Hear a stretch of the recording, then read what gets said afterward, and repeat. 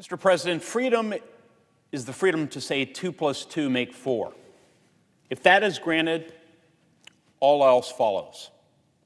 So wrote novelist George Orwell. In the late 1980s, I traveled to the former Soviet Union as part of a youth soccer program. Now, decades have passed since that trip, of course, but the memories to me are still vivid. The shelves were barren. Citizens drank from communal water fountains. The items most in demand and hardest to find were American items: blue jeans, Levi-Strauss, and bubble gum. Of course, those weren't the only things common in Indiana that were contraband behind the Iron Curtain. For decades, news, literature, art, or entertainment that was not broadcast or approved by the state was scarce and available only by bootleg. The monuments towering over Russia were built to honor those who controlled it. The same men who regularly erased parts of Russia's history to suit their own political purposes, not to serve others.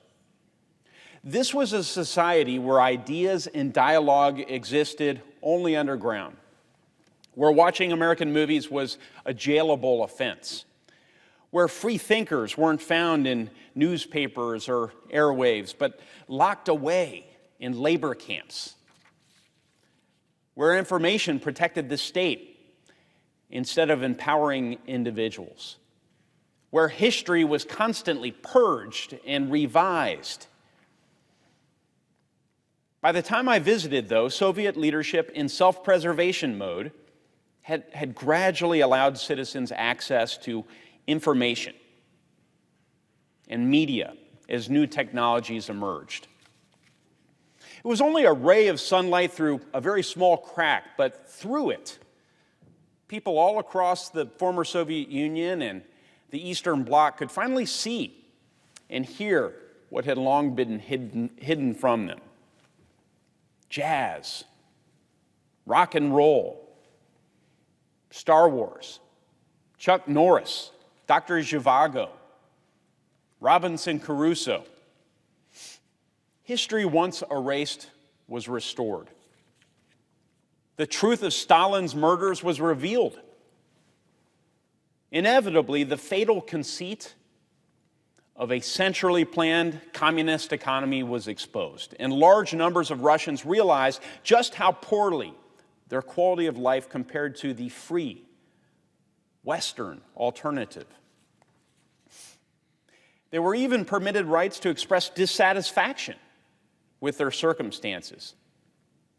Now, a totalitarian regime's greatest ally is darkness and silence. Keeping a people in the dark is the surest way to guarantee they never demand their God-given rights. Because just a trickle of information, just a hint of truth, a small offering of differing perspectives, and a touch of freedom of expression helped lead to the Soviet Union's demise. The freedom to say that 2 plus 2 make 4. Free people become and stay free through open dialogue because of the free exchange of information and ideas, even ones we disagree with, because of patience with perspectives that are not our own, because we study our history, celebrate its highs, and learn from its lows. That is why it was painful to read recently that over 60% of Americans are now scared to admit their beliefs or air their opinions for fear of offending others and the consequences that will come with it. Painful to learn, but easy to understand. This is the logical reaction when Americans are regularly canceled, as we say today, for things said or written decades ago, with no chance of grace or allowance for growth. And it's not just people who are being canceled. It's words. It's music. Classrooms and libraries are banning Huckleberry Finn and To Kill a Mockingbird, rather than encouraging students to examine or understand the author's words and messages. Hamilton is falling from grace now for the sin of acknowledging America was created in 1776. Whole parts of our American story are being wiped away. Now, communities have a right to lawfully determine who and what adorns their squares and streets. But that's a world away from toppling statues of George Washington and U.S. Grant. In the same manner, those of Lenin and Stalin were once removed at the end of the Cold War. And our entertainment industry is getting in on the act too. American movies once inspired freedom seekers. Today, they're self-censored to appease another authoritarian regime in Beijing. America is a good nation. Those who call it home are decent and kind. We're not perfect, but our imperfections are not irredeemable. 2020 has made it clear, though, that much work remains in the task of building a more perfect union. And that effort's ongoing. Every generation since our founding has worked towards it. And every generation has made hard-earned progress.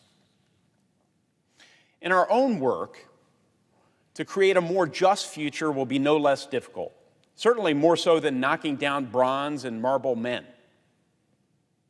or waging war on books, or on each other across social media.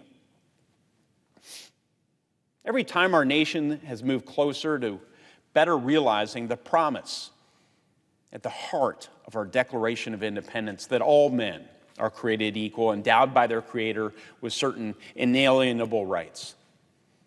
It's been because the founders dared to dream that was possible and left us the means to do so. The freedom to raise our voices and state our opinions, to disagree and respectfully debate. The gift of free inquiry. The right to challenge our country on towards what Martin Luther King Jr. memorably called its noble dream. Through words, music, art, or expression. All free from censorship and recrimination. These liberties, unparalleled in human history, were won, preserved, and handed down to us by many of those whose memorials are falling. Now, out of gratitude, we must remember the men and women who came before us.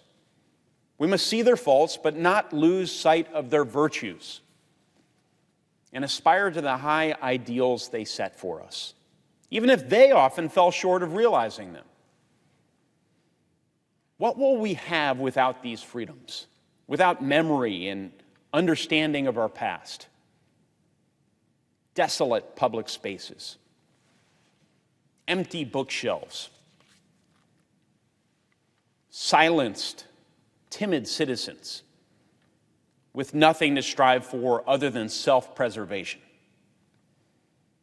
But with these freedoms, and inspired by our history, valuable debate and dialogue will flourish. Daring ideas will be welcome, and great ideals will live. And the work we are in, the work of building a more perfect union in a freer and fairer nation, will be possible. Let this be the path we choose.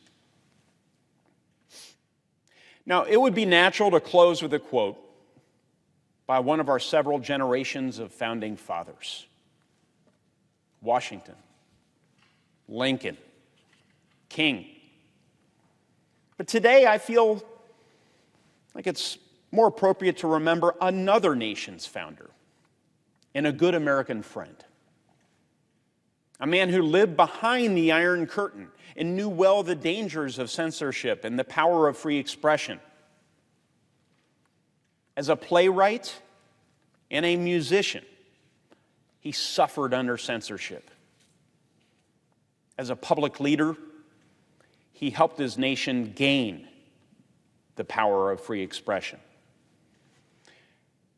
It was exactly 30 years ago today that Václav Havel, then president of Czechoslovakia, spoke in this building. "You have thousands of problems of all kinds, as other countries do," he observed of America. "But you have one great advantage," he reminded us. "You've been approaching democracy for more than 200 years. And your journey toward that horizon has never been disrupted by a totalitarian system." Fellow Americans, our journey continues on towards that horizon, and only we have the power to disrupt it. In this nation, 2 + 2 must always equal 4. We can take a positive step forward in one respect, and here's how.